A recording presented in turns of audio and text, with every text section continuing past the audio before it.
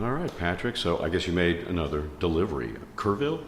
Yes, went to Kerrville again, almost a year to date. Unfortunately, circumstances were better as far as, loss of life, but still a lot of damage to homes and everything, and people are in desperate need of help. Yeah. I guess you took a delivery to the church, to a church down there. Yes, Pastor Bert Wimberley, Gates of the City Church, 410 Benson Drive in Kerrville, Texas. He called me Friday morning when we were actually doing our produce line here, and basically, was asking for help. And so I already had the trailer loaded, and it made it easy. It all worked out. So do you typically kind of keep it loaded just in case? Yes, I do. It's better to be prepared that way, and it makes it a lot easier. After doing it for so long, you kind of know if it's a tornado, there'll be certain items you need, tarps and different things. If it's, another type of natural disaster, flood, then you are obviously going to need mold and mildew remover, a lot of cleaning supplies, mops, buckets, different things like that. So, yes. Okay, that's working smart. You're ready to just get out. Right. Now, what kind of struck you as you were, driving into town, driving into the area? Just the look from the Guadalupe River, the people. I talked to several people along the river that were out there, residents that live there. I talked to someone from an agency that works there, a nonprofit that does disaster relief as well, and just the looks of everything, all the debris, especially on the bridge there, and the railing was missing. I did a Facebook Live at that particular point there at the Guadalupe River, but just the mental state of the people. It's a tough time for them being, a little bit over, I think, a year and 12 days is where we're at as far as last year in Camp Mystic. But, they're going through a tough time mentally as well as physically, spiritually, in every way. So they just need a lot of prayers, a lot of support. But as I always say, they need more than prayers. They need help. So. Wow, and that's, you showed me some of those pictures, and it looks like it just took the storage buildings downstream.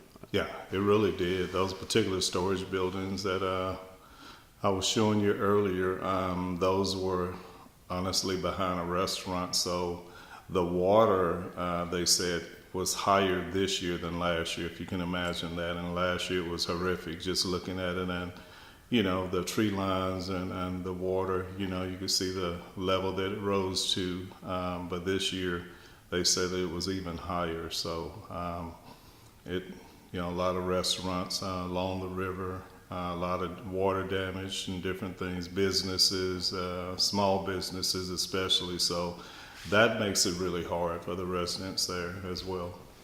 And another thing you mentioned to me was the smell. That's something people don't think about, but there's an awful lot of wildlife that got caught up in that flood, right? And the waters have receded now. Yes. So the smell was, it was terrible. I remember I barely could make the video when I was doing the live because of the smell and the gnats flying around. And so it's a lot that they have to deal with that I don't think oftentimes we think about. And I'll say this, also because I walked up and down, the river the last time and talked with residents. I don't remember that smell, but this time it was a whole nother level, just very bad or whatever. So that's something else that they have to deal with, along with all of the debris and homes being damaged and businesses, that were flooded as well.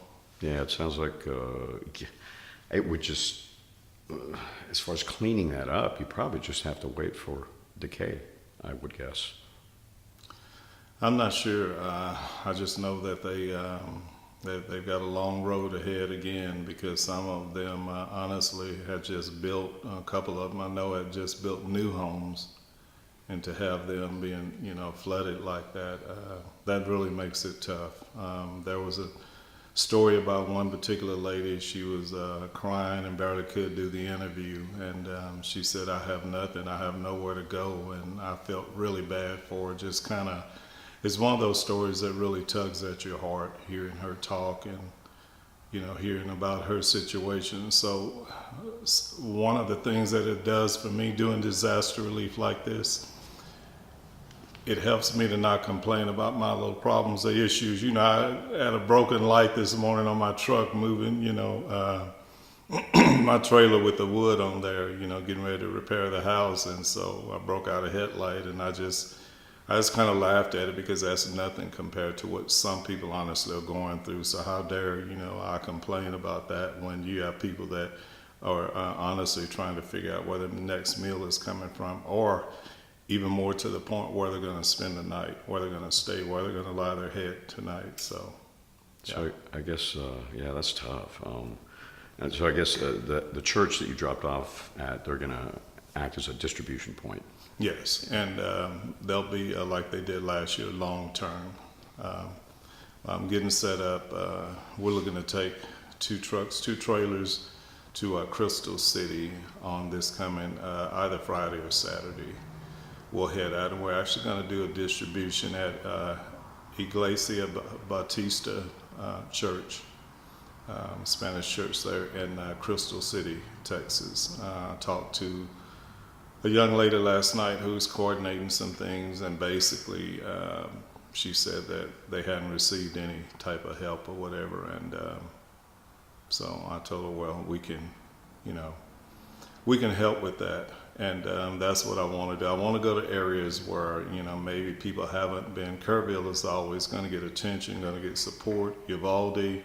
Talked to Chaplain Myers down in Uvalde. He said, "Patrick, if I were you, I would look at going to Crystal City, because honestly, we have great support here. I've seen a lot of big semis coming in, bringing food and water and everything, and they're setting up HEB, of course, is a great supporter of the, any community they're in." And so he said, I would look at Crystal City, and then that's when I made the call, and he was exactly right. So that's the reason why I'm going to Crystal City.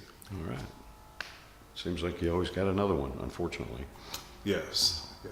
But I thank God for the people here in East Texas.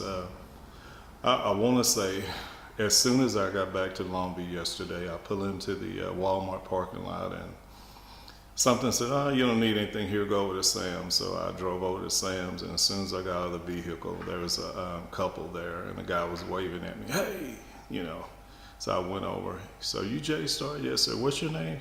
So my name is Patrick Johnson. Of course, he had his hand out of the window to shake my hand.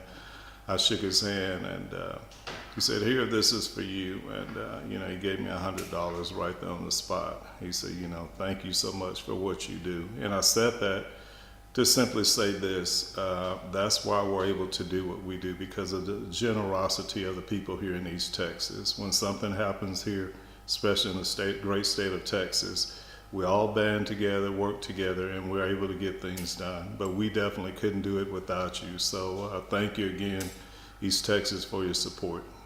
All right. Thanks a lot, Patrick.